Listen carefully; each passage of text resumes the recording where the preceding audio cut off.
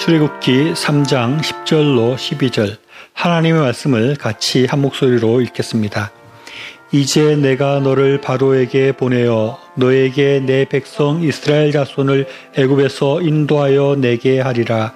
모세가 하나님께 아뢰되 내가 누구에게 바로에게 가며 이스라엘 자손을 애굽에서 인도하여 내리이까. 하나님이 이르시되 내가 반드시 너와 함께 있으리라.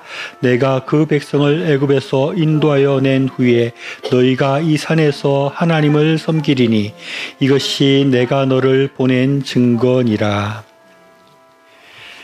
오늘 본 말씀을 가지고 모세의 복과 그 이유는 무엇인가라는 제목으로 은혜를 나누고자 합니다. 원래는 순서대로 한다면 요셉 다음에 모세를 했어야 되는데 모세는 물질의 복을 받았다고 하기는 좀 애매한 부분이 있기 때문에 요셉과 다윗을 하고 그 다음에 이제 좀 다른 접근으로 모세를 살펴보려고 합니다.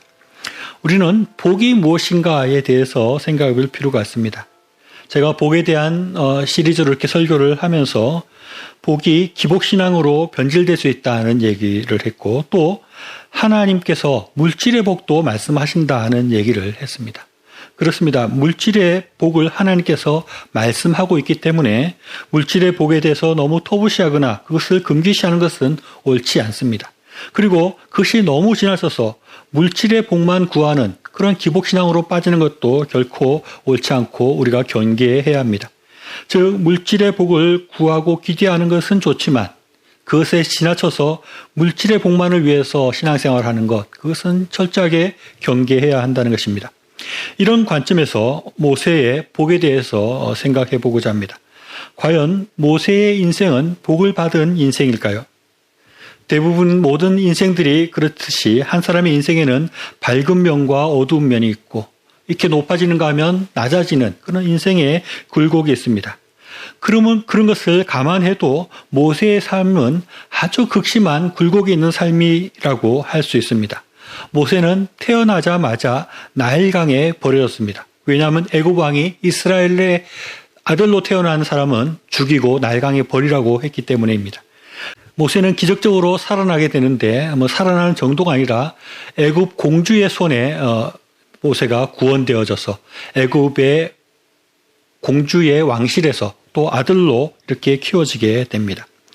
모세 같은 시대에 태어난 이스라엘 아이들은 다 죽거나 숨어서 살았을 텐데 모세는 왕궁에서 자라났으니 좋은 일이라고 할 수 있을지 모르겠습니다.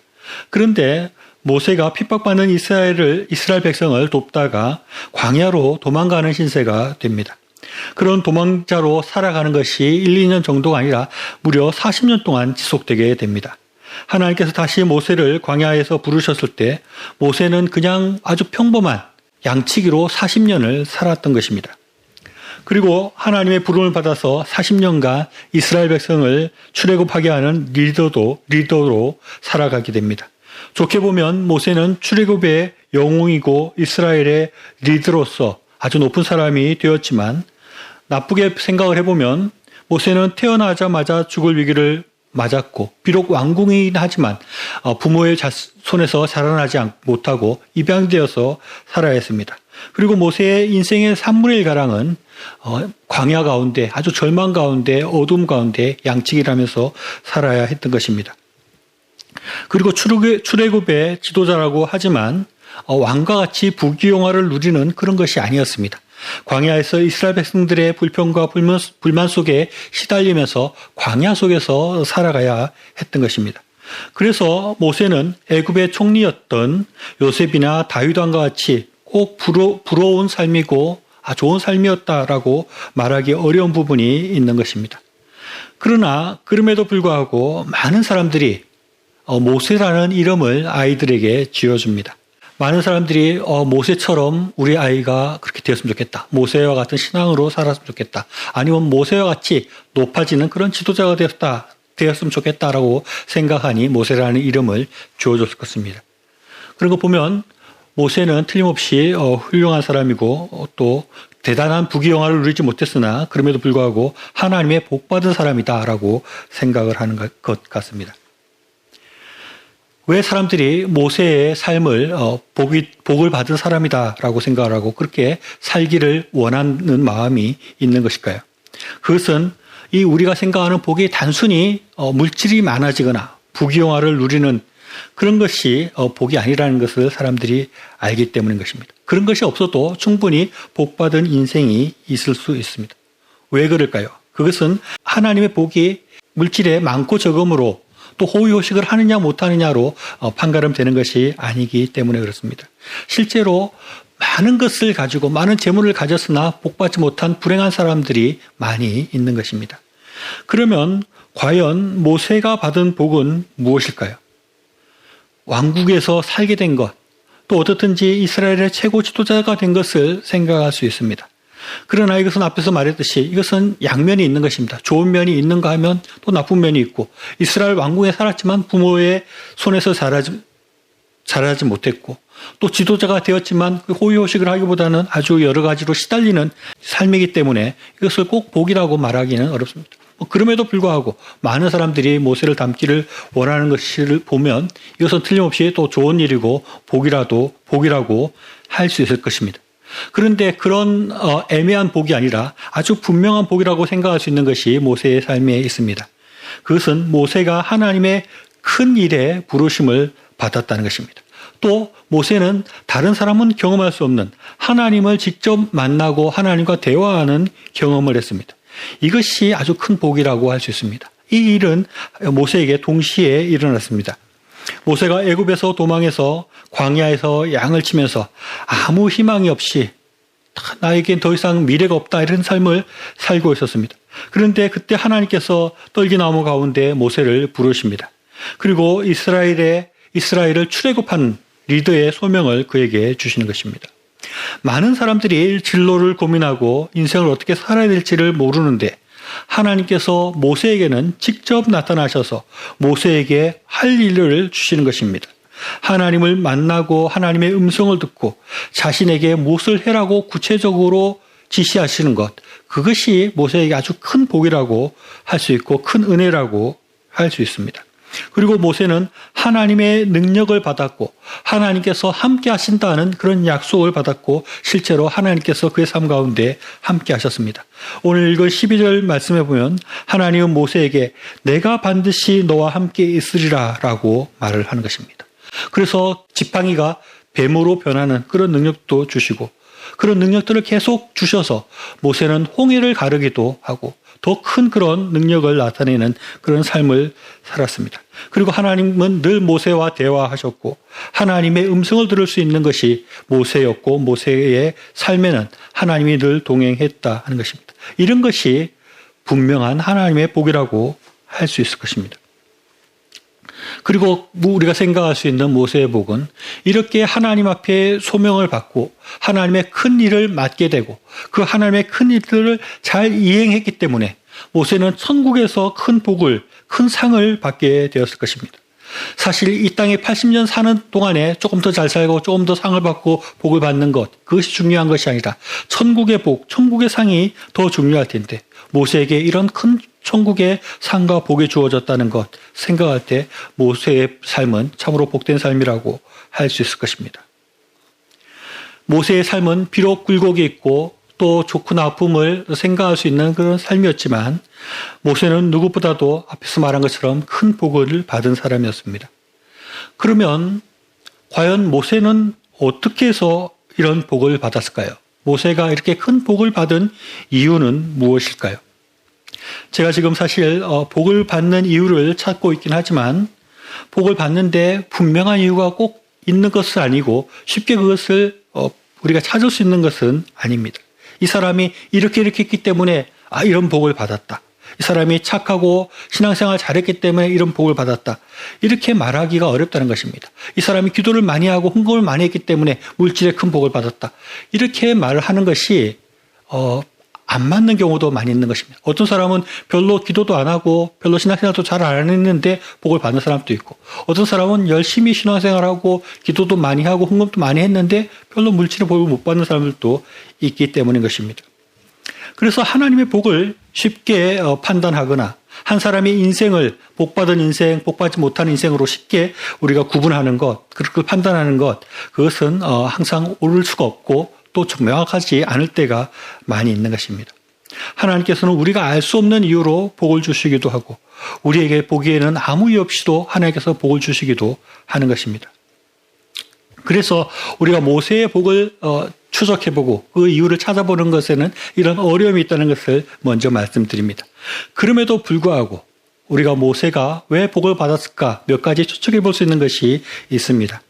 첫째는 모세가 이스라엘 민족을 사랑하는 그런 열정이 있었다 하는 것을 생각할 수 있습니다. 앞에서 말했듯이 모세의 복은 하나님께서 모세를 찾으셔서 출애굽의 리더로 세우신 것이 하나님이 주신 복이고 우리가 부러워하는 그런 복이라고 할 수 있는데, 그런데 굳이 왜 하나님께서 모세를 선택하셨는가 하는 것입니다. 모세는 말을 잘 못하는 사람이었습니다. 그래서 자신 없어 하는 모세에게 하나님께서는 그의 형 아론을 붙여주십니다. 그렇다면 왜 하나님께서는 아론이 아니라 모세를 선택하셨는가 하는 것을 우리가 생각해 볼 수 있습니다. 어떤 사람은 모세가 왕궁에서 자랐기 때문에, 왕궁에서 자라면서 그런 왕궁의 교육들을 받았기 때문에 모세가 출애굽의 리더가 될 수 있었다라고 말하는 사람이 있습니다. 그런 공부한 사람을 하나님께서 필요로 했다고 생각을 합니다. 물론 그럴 수도 있고 왕궁에서 좋은 교육을 받았다면 그것이 이스라엘의 출애굽의 리더로서 필요한 부분도 있었을 것입니다. 그러나 성경에는 그런 것은 거의 나타나지 않고 그것이 결정적인 이유는 아니었다고 저는 생각을 합니다. 그보다는 출애굽기 2장 11절로 14절에 나오는 말씀에 근거해서 우리가 유추해 볼 수 있습니다. 출애굽기 2장 11절부터 14절 말씀을 한번 읽어보겠습니다. 모세가 장성한 후에 한 번은 자기 형제들에게 나아가 그들이 고되게 노동하는 것을 보더니 어떤 애굽 사람이 한 히브리 사람 곧 자기 형제를 치는 것을 본지라. 좌우를 살펴 사람이 없음을 보고 그 애굽 사람을 쳐 죽여 모래 속에 감추니라. 이튿날 다시 나가니 두 히브리 사람이 서로 싸우는지라. 그 잘못한 사람에게 이르되 내가 어찌하여 동포를 치느냐 하매 그가 이르되 누가 너를 우리를 다스리는 자와 재판관으로 삼았느냐. 내가 애굽 사람을 죽인 것처럼 나도 죽이려 하느냐. 모세가 두려워 이르되 이 일이 탈로 되었도다 라는 말씀이 나옵니다. 모세는 장성해서 이스라엘 백성을 돕기 위해서 이스라엘 백성을 괴롭히는 사람을 쳐 죽입니다. 그리고 이스라엘 백성들끼리 싸우는 것을 말리고 이스라엘 백성들의 삶을 개선하고 또 이스라엘 백성들을 구원하려고 하는 열정이 있었다는 것입니다. 하나님께서 그것을 보시고 이 모세를 이런 좋은 열정을 가지고 있으니 이 사람을 지도자로 세워야 되겠다, 이렇게 우리가 생각해 볼 수 있다는 것입니다. 하나님 나라를 구하는 열정이 있는 사람이었기에 하나님께서 진짜 그를 이스라엘을 구할 수 있는 사람으로 만들었다라고 우리가 생각해 볼 수 있습니다. 그러나 이것보다 더 중요한 모세가 복을 받고 출애굽의 리더가 된 이유가 있습니다. 그것은 모세가 겸손해졌기 때문입니다. 제가 지금 모세가 겸손했기 때문에 하나님의 복을 받고 출애굽의 지도자가 되었다고 말하지 않고 겸손해졌다라는 표현을 했습니다. 원래 모세는 겸손한 사람이 아니었을 가능성이 많습니다.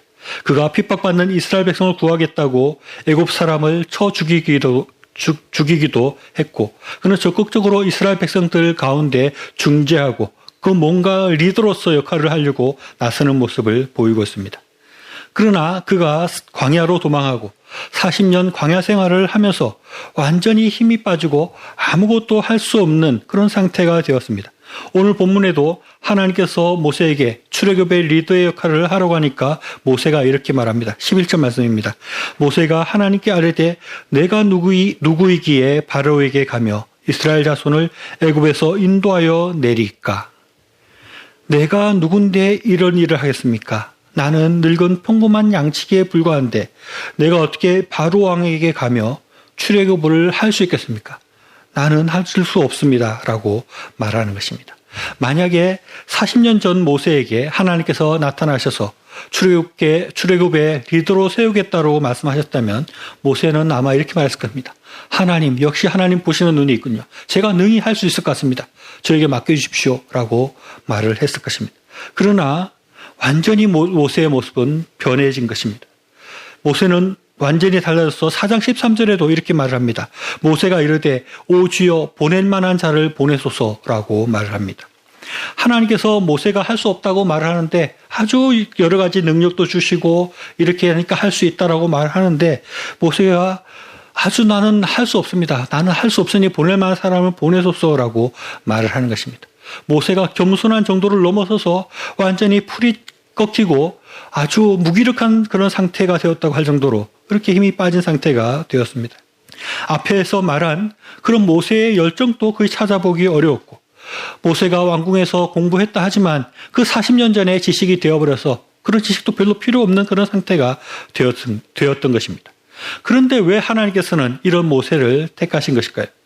내가 할 수 있습니다라는 자신감으로 가득한 사람이 아니라 나는 아무것도 할 수 없는 사람입니다 라는 사람을 하나님께서 선택했고 하나님께서는 그런 사람이 필요했다고 할 수 있는 것입니다.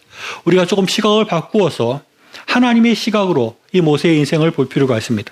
하나님은 아마 모세가 태어날 때부터 모세를 출애굽의 리더로 출애굽의 지도자로 세우겠다는 그런 예정을 가지고 계셨고 그런 마음을 가지고 계셨을 것입니다.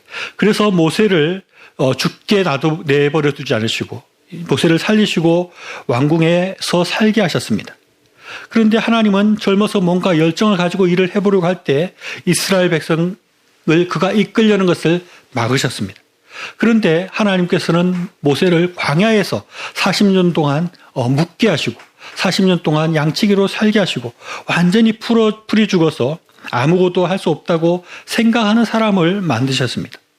앞에서 말한 것처럼 모세를 아주 겸손하게 만드신 것입니다. 그리고 그 겸손하고 힘이 빠져서 나는 아무것도 할 수 없다는 사람을 하나님께서는 들어서 사용하시는 것입니다.